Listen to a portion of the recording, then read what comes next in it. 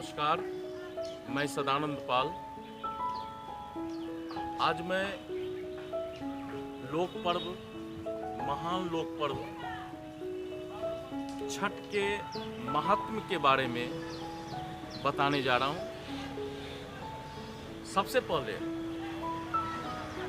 कार्तिक मास के शुक्ल पक्ष में होने वाला छठ, ये दीपावली के 6 दिन के बाद होती है।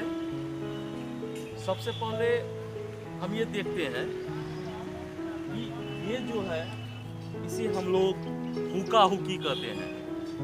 हुक्का हुक्की माने कहा जाता है यहाँ कि इसके जलाने से मच्छर वगैरह जितने भी कीट पतंगा हैं उसका अंत होता है, और ये भी कहा जाता है कि दुश्मनों का अंत भी इनसे होता है। ये पौराणिक गाथा है, ये लोक गाथा है। लोक पर्व की शुरुआत दीपावली के बाद से होती है, और छठ पर्व खासकर बिहार, पश्चिम बंगाल का कुछ क्षेत्र, उत्तर प्रदेश का कुछ क्षेत्र और पूरे झारखंड, नेपाल भी मनाया जाता है। भूटान के क्षेत्र के लोग भी मणिहारी गंगा स्नान करने आते हैं। इसके साथ साथ सिक्किम के लोग, और इनके अतिरिक्त जितने भी क्षेत्र के तराई क्षेत्र हैं यहाँ भी आते हैं। गंगा, कोसी, महानंदा, गंडक, सोन, पुनपुन वगैरह जितनी भी नदियाँ हैं, नदी घाटों में ये पर्व मनाया जाता है। इस साल पर्व की महत्ता कुछ और विशिष्ट है कि चूंकि कोविड-19 का प्रकोप होने के कारण जो शारीरिक दूरी है उसे देखते हुए छठ पर्व मनाया जाएगा। और मेरा यह कहना है कि बीमारी बर बीमारी हो या बर बीमारी हो, लोक पर्व मनाने का ये भी मनोती है कि कोई बर बीमारी हो, किसी को पुत्र रत्न प्राप्ति हो, किसी को पुत्री रत्न की प्राप्ति हो, या संतानोत्पत्ति जैसी कुछ उपलब्धियां कही जाए या जो कहा जाए, इसके तहत भी लोक पर्व ये मनाया जाता है। अब हम आते हैं इनकी महत्ता पर कि ये लोक पर्व जो है, महान लोक पर्व छठ की क्या महत्ता है। राजस्थान की पत्रिका, राजस्थान से एक पत्रिका निकलती थी, आम ख्याल साप्ताहिक, उनमें 27 साल पहले मेरा आलेख एक छपा था, और संभवतः ये आलेख जो है आस्था का महान सूर्योपासना पर्व छठ मनाने वाले भारतीय राज्यों से इतर राज्य से इस पर्व के बारे में पहली बार छपा ये एकमात्र आलेख उन दिनों था। राजस्थान से प्रकाशित राष्ट्रीय साप्ताहिक आम ख्याल के दिनांक 9 दिसंबर 1993 के अंक में मेरा आलेख छपा था दीपावली से छठ तक, खासकर छठ पर मेरे द्वारा लिखित, और इस तरह से रिपोर्टिंग किया गया। और उस समय मेरी आयु 27 वर्ष की होगी, और ये उस समय यानी बिहार, झारखंड क्षेत्र से इतर राज्यों में ये प्रकाशित होने वाला ये पहला छठ पर्व पर पहला आलेख था। अब जो है छठ पर्व भारत के लगभग, जो मैंने पूर्व में जगह बताया, स्थान बताया, राज्य बताया, वहाँ पर लगभग जो है 25-30 करोड़ की आबादी जो है छठ से प्रभावित है।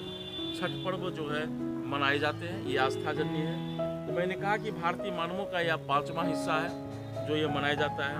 और मैंने ये भी कहा कि ये क्षेत्र जो है मूलतः बिहार, झारखंड, पूर्वी उत्तर प्रदेश, पश्चिम बंगाल के उत्तर पश्चिमी क्षेत्र, नेपाल के मधेसी क्षेत्र में छठ मनाए जाते हैं। विदेशों में मॉरिशस आदि में भी मनाए जाते हैं। भोजपुरी बेल्ट तो बृहद स्थिति लिए इस हेतु शामिल है कि इन क्षेत्रों को छोड़कर जहां छठ नहीं मनाए जा रहे हैं, वैसे राज्यों जैसे राजस्थान के राष्ट्रीय हिंदी अखबार आम ख्याल में इनकी रिपोर्टिंग मेरे द्वारा 27 साल पहले ये की गई थी। उसमें मैं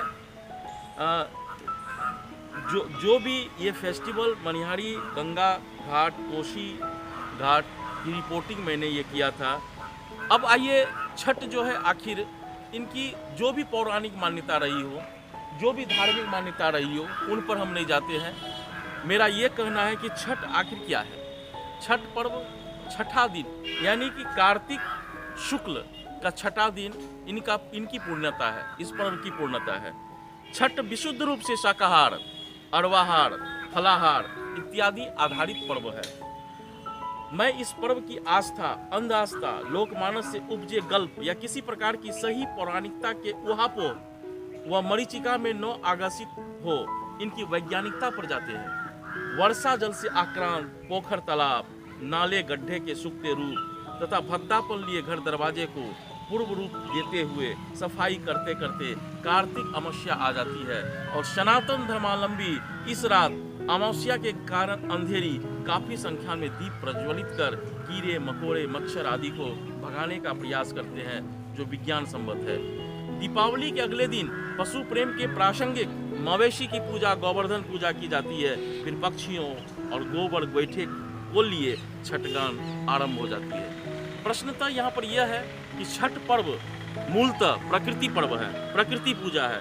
प्रकृति की पूजा के बीच बांस, गेहूं, अरवा चावल, नारियल, टप्पा नींबू, नारंगी सहित तमाम मौसमी फल एवं मिट्टी, जल, लतयुक्त सब्जी के विनिष्ट पत्ता सहित मूली, पत्ता सहित अदरक, हल्दी, गाजर, सुतनी, शकरकंद, मिश्रीकंद, पानी सिंघाड़ा, चना, मटर, संस्कृति निमित्त खबोनी, ठेकुआ इत्यादि उस दिन पूजनीय हो जाते हैं।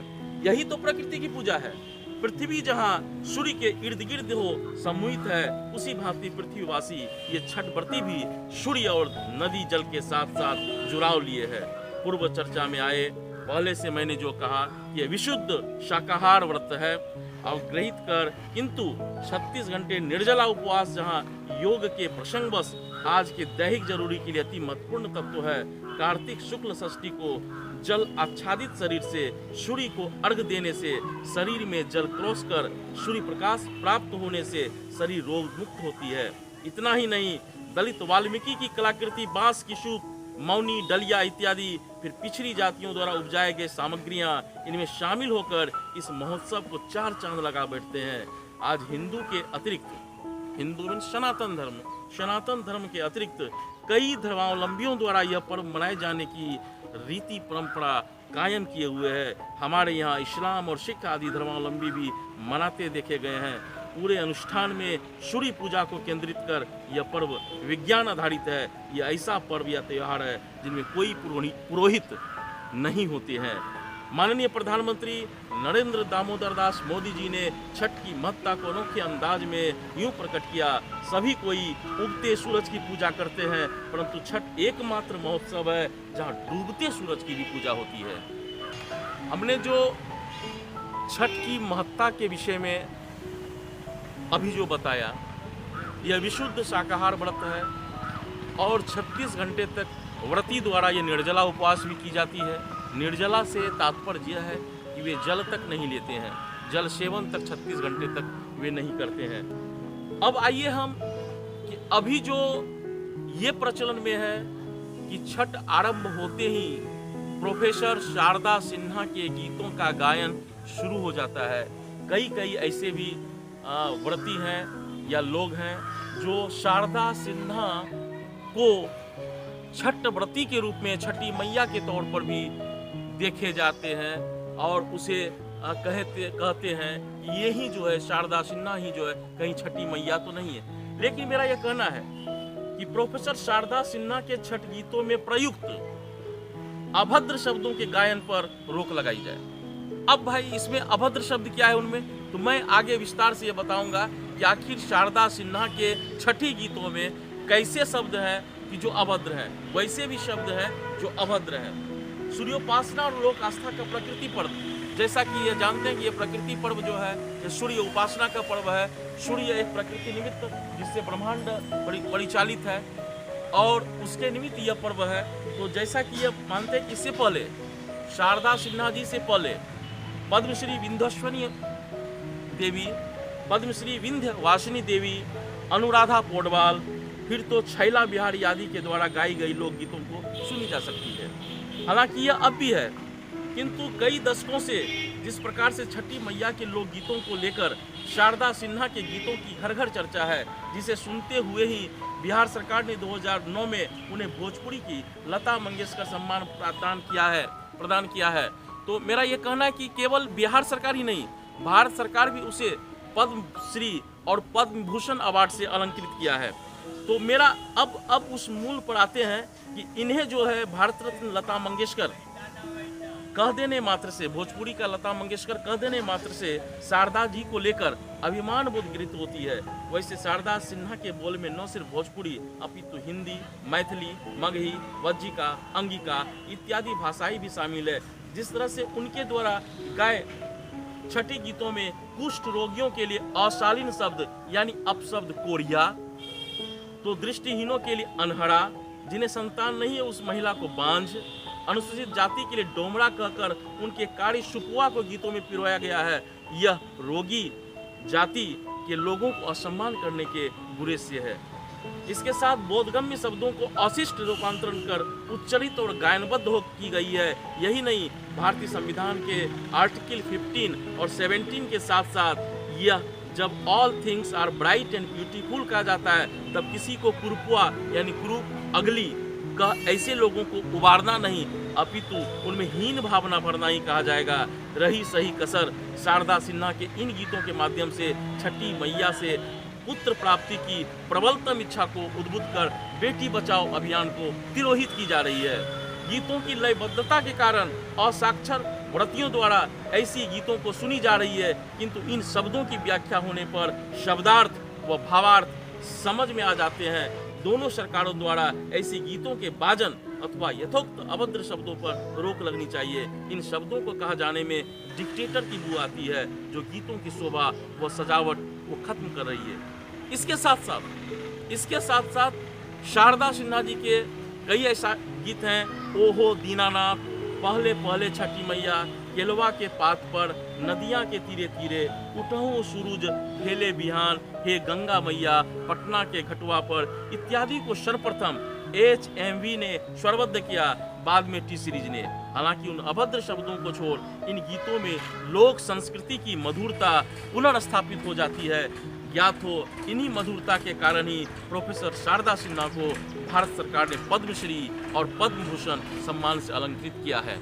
मेरा यह यहाँ कहना तक छठ का जो महात्म्य है, इस महात्म्य को इन गीतों में न पिराया जाए। ये इस गीत जो छठी मैया का जो गीत शारदा सिन्हा या अन्य ने गाया है, यह सिर्फ छठी मैया बनाम नहीं है या छठी मैया का पर्याय नहीं है, क्योंकि छठी मैया यह प्रकृति प्रदत्त देवी है और ये लोकगीतों का महात्म्य को उजागर करता है।